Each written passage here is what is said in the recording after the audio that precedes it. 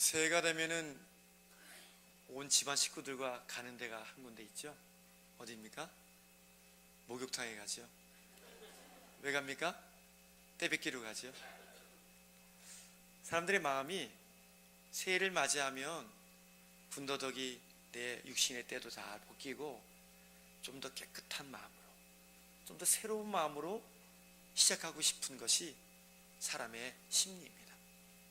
그런 의미에서 오늘 우리가 말씀을 듣다가 새해를 맞이하게 될 텐데, 말씀을 듣는 중에 우리의 더러움이 씻어지고 어둠이 떠나가고 주님 주신 희망의 빛이 우리를 비추게 되기를 주님의 이름으로 축원합니다. 그래야 새 마음으로, 새 각오로, 새 말씀으로 새해를 맞이할 수 있는 거죠. 오늘 본문은 하나님이 우리에게 새 일을 행하실 것이다 라고 약속하시는 말씀이 나와요. 도대체 하나님이 우리에 대해서 어떤 계획을 갖고 계시고 또 우리는 어떤 일을 감당해야 될지, 말씀을 펼칠 때마다 말씀 속에 우리의 과거와 현재와 미래가 담겨 있어요. 그래서 말씀을 길이요 진리요 빛이라고 하는 이유가 바로 그것입니다. 말씀을 펼칠 때에 하나님이 나를 향한 새 시대의 새로운 청사진이 여기 담겨 있더라는 거죠. 오늘 그 말씀 속으로 들어갔으면 좋겠어요. 그리고 그 말씀 속에서 도대체 나를 위해 준비해 놓으신 새 일은 무엇인지, 그리고 그 새 일을 내가 감당하려면 나는 무엇을 감당해야 될지, 말씀을 통해 새 시대에 맞는 새 사람으로 새 일을 누리고 살아가는 믿음의 세계비전 가족들 다 되기를 주님의 이름으로 축원합니다. 먼저 우리가 분명히 알아야 될 것은 뭐냐면, 하나님이 새 일을 행하시고 이루신다는 것입니다. 본문에 나오는 새 일이라는 게 뭘까? 본문에 국한된 새 일이라는 것은 두 가지 일을 말해요. 첫 번째는 이스라엘 백성들이 바벨론에서 포로로 잡혀가는데 해방될 것이다. 두 번째는 해방된 민족이 예루살렘을 재건할 것이다. 딱 두 가지예요. 본문 14절 말씀 보겠습니다. 본문 14절 말씀 같이 읽겠습니다. 14절 말씀.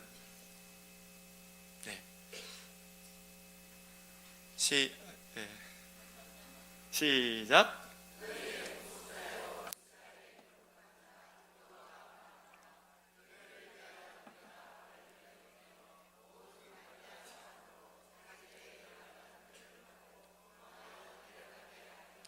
아멘.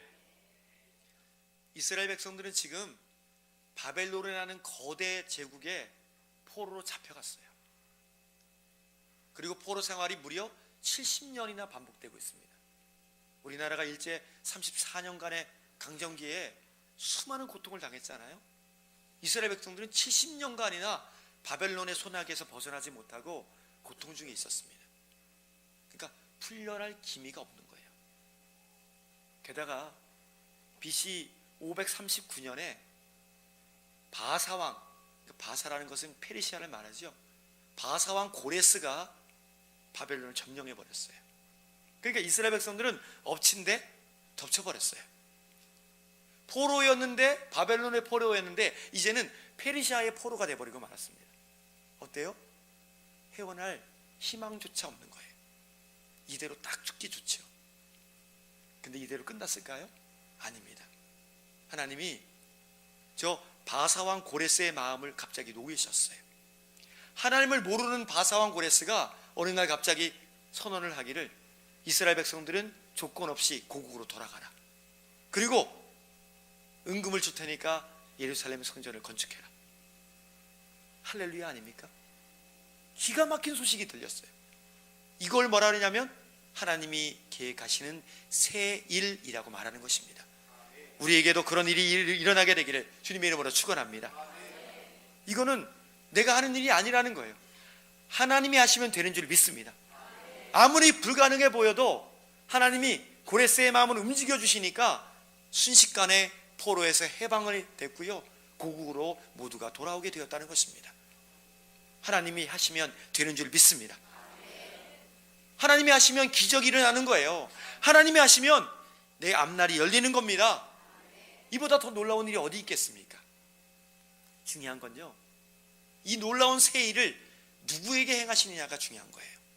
본문 한 번 더 봅니다. 19절부터 20절 말씀 보겠습니다. 도대체 이 새 일을 누구에게 행하시는지 본문 19절부터 20절 말씀 같이 보겠습니다. 시작.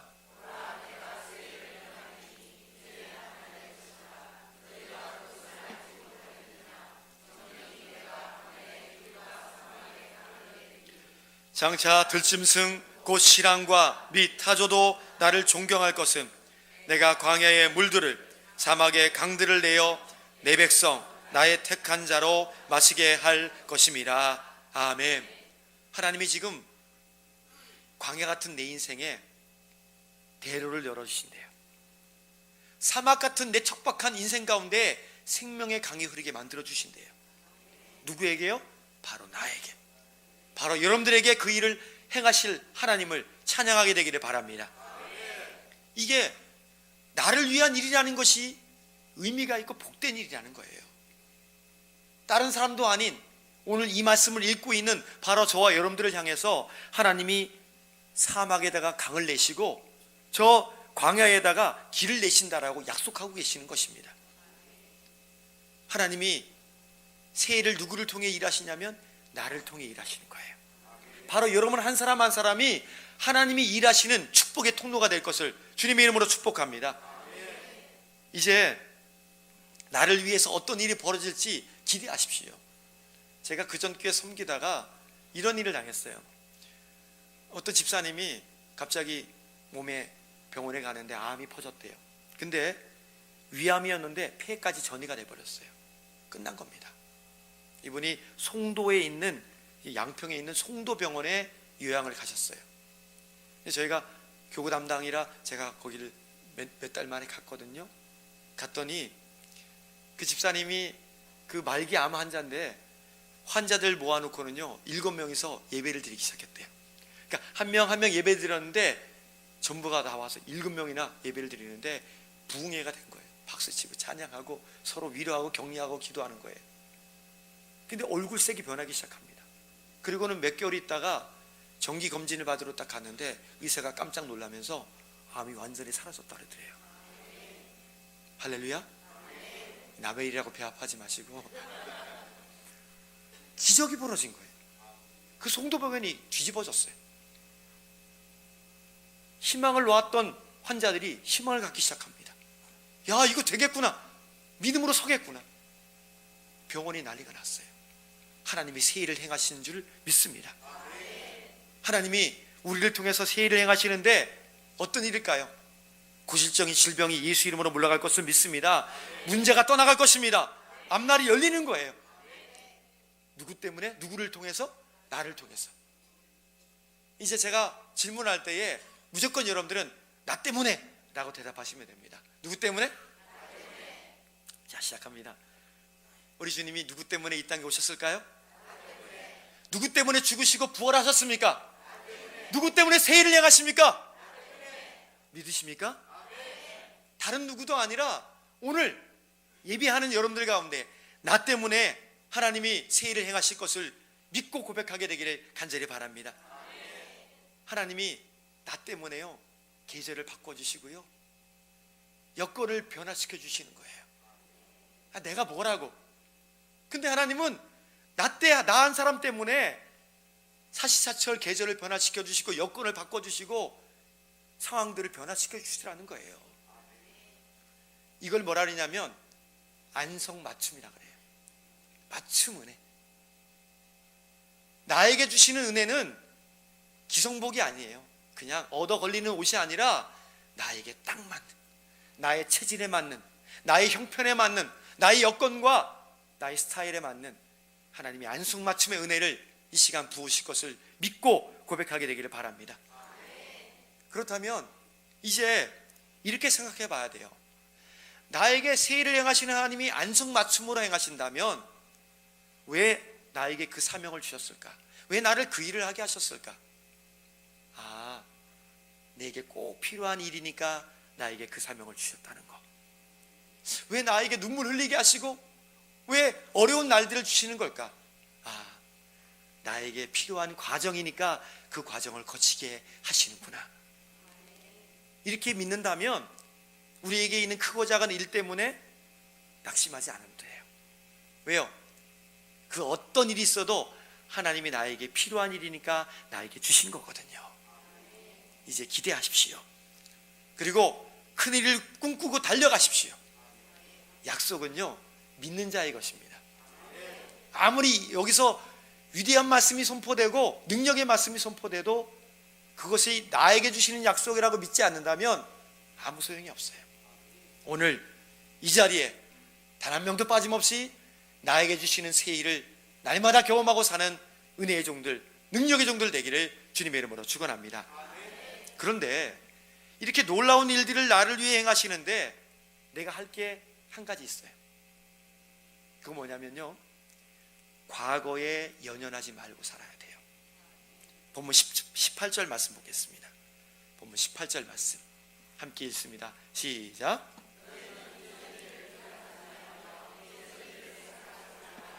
아멘. 여기 보니까 이전 일, 옛적 일 생각하지 말고 기억하지 말고 살아라. 과거에 얽매이지 말아라. 옛날 것은 옛날 것으로 좀 접어두자.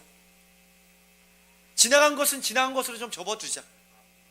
그걸 끄집어내어 과거의 아픔 속에 살지 말고, 제발 그 말 한마디 때문에 어둠 속에 살지 말고 덮어두고 잊어버리고 뒤로 던져버리고 살자. 우리 하나님이 우리에게 그렇게 말씀하고 계시는 거예요.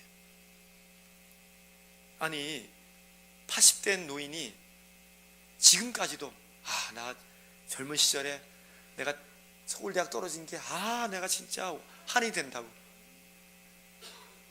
40년 지난 첫사랑을 아직도 잊지 못해가지고 그 첫사랑을 뭐하고 살까? 그때 내가 그때 손 잡아줄 걸.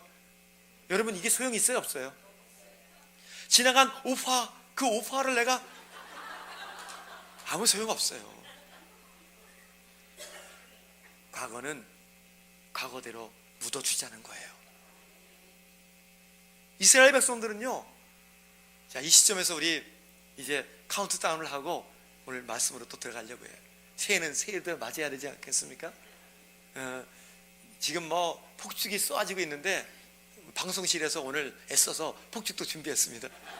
그러니까 이제 카운트다운을 들어갈 때 10부터 딱 들어갈 때에 크게 19, 87 딱 외쳐주시고, 그 다음에 딱 새해가 되면은 그 기점에 우리 좌우분들과 함께 또 덕담도 나누시고 새해 복 많이 누리시라고. 우리는 새해 복 많이 받으세요 이런 얘기보다는요, 새해 복 많이 누리세요, 그게 좋을 것 같아요. 그렇죠? 한번 예행 연습 시작.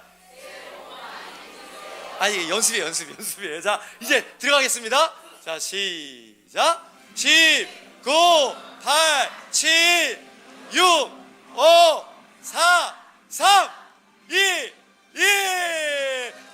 박수. 우리 자분들에게 새해 복 많이 누리세요. 시작. 새해 복 많이 누리세요. 새해 복 많이 누리세요. 하나님이 새해를 향하십니다. 기적이 일어납니다. 교회가 부흥합니다. 앞날이 열립니다. 할렐루야. 해가 떠오르고 있습니다. 방송실 오늘 수고 많이 했어요. 보세요, 우리 새해를 맞이했잖아요. 그러면 이전 일, 옛적 일 접어두시고요, 이제는 내일을 말하고 미래를 말하는 종들 되기를 간절히 바랍니다. 이스라엘 백성들 광야에서 애굽이 좋았다고, 애굽으로 보내주지, 애굽에서 죽었으면 거기는 파도 있고 양파도 있고 부추도 있고 그거 먹었으면 좋았을 텐데 그러다 망했어요. 아무리 새해가 되면 뭐합니까? 이제 우리의 시선이, 우리의 마음이 앞으로 향하게, 미래로 향하게 되기를 간절히 바랍니다. 롯의 아내 아시죠? 롯이 소돔과 고모라에서 멸망 직전에 천사를 통해서 그들을 건져주셨어요. 그런데 뭐라고 말씀하셨냐면, 저 불심판을 당하는 소돔과 고모라를 뒤로 돌아보지 말아라. 앞만 보고 와라. 분명히 말씀하셨거든요. 그런데 불기둥이 솟아오르고 난리가 나니까 빠져나오다가 롯의 아내가 뒤를 돌아봤어요. 그 순간 소금 기둥이 되어 죽었습니다. 왜 롯의 아내가 뒤를 돌아봤을까요? 이유는 하나예요. 미련이 남았거든요. 거기에 두고 온 내 은금, 거기에 두고 온 세상 것, 그게 너무 아까웠다 보니까 뒤를 돌아봤어요. 우리 주님 말씀하십니다. 쟁기를 잡고 뒤를 돌아보는 자는 하나님 나라에 합당하지 못하다. 쟁기를 잡고 앞으로 가야지 뒤를 돌아보면 그 쟁기질이 어떻게 되겠습니까? 하나님 나라에 합당하지 않다고 말하고 있어요.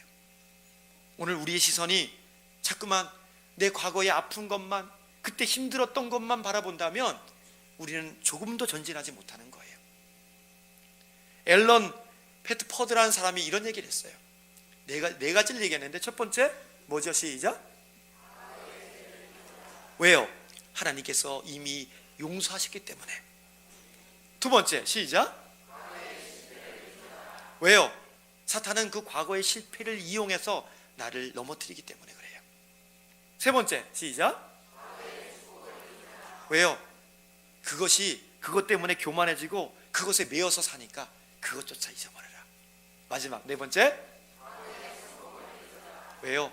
안일에 빠지니까, 안주하게 되니까.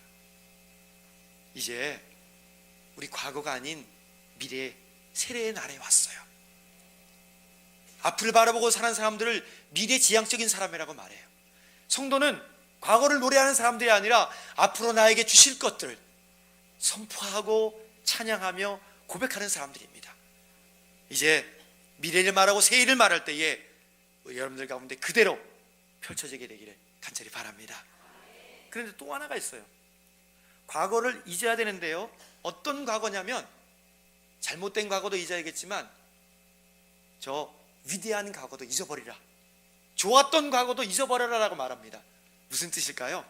본문 16절부터 17절 말씀 보겠습니다. 16절과 17절 말씀 시작.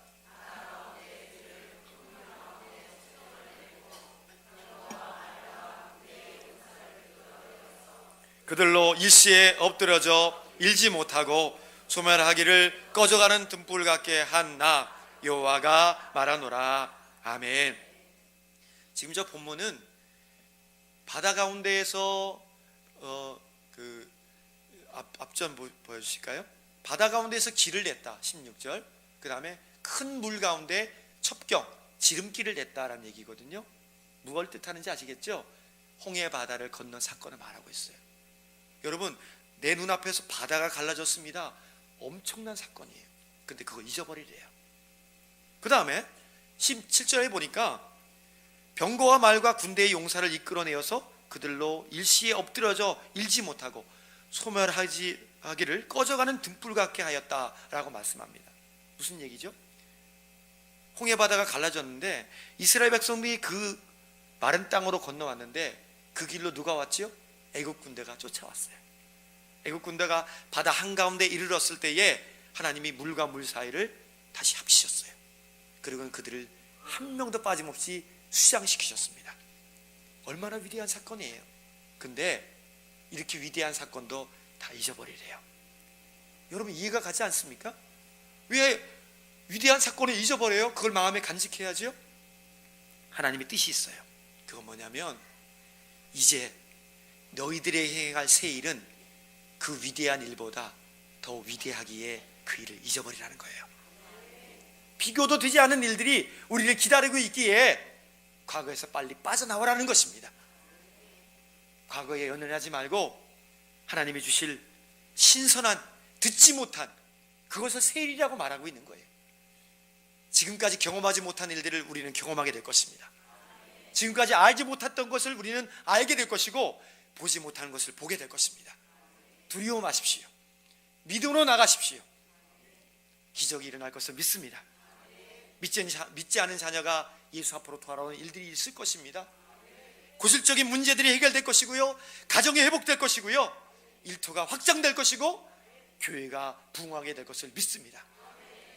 이 일을 예비해 놓으셨으니 과거에 아무리 좋았던 기회라도 빨리 잊어버리고 새날을 맞이하고 누리라고 말씀하고 계시는 것입니다. 사랑하는 우리 세계 비전 가족 여러분, 이미 18년의 새로운 날이 펼쳐졌어요. 한 번도 살지 못한 날들이 우리를 기다리고 있습니다. 그런데 중요하고 분명한 것은 새 날이 우리를 기다리고 있다는 것이고요, 새 일이 우리를 기다리고 있다는 사실입니다. 과거에서 빠져나와 미래를 말하고 새 일을 노래하고 하나님을 찬양할 때에 약속하신 그대로, 뜻하신 그대로 우리 가운데 단 하나도 빠짐없이 이루어지는 축복의 역사가 모두에게 있게 되기를 주님의 이름으로 축원합니다. 기도드리겠습니다. 거룩하신 아버지 하나님,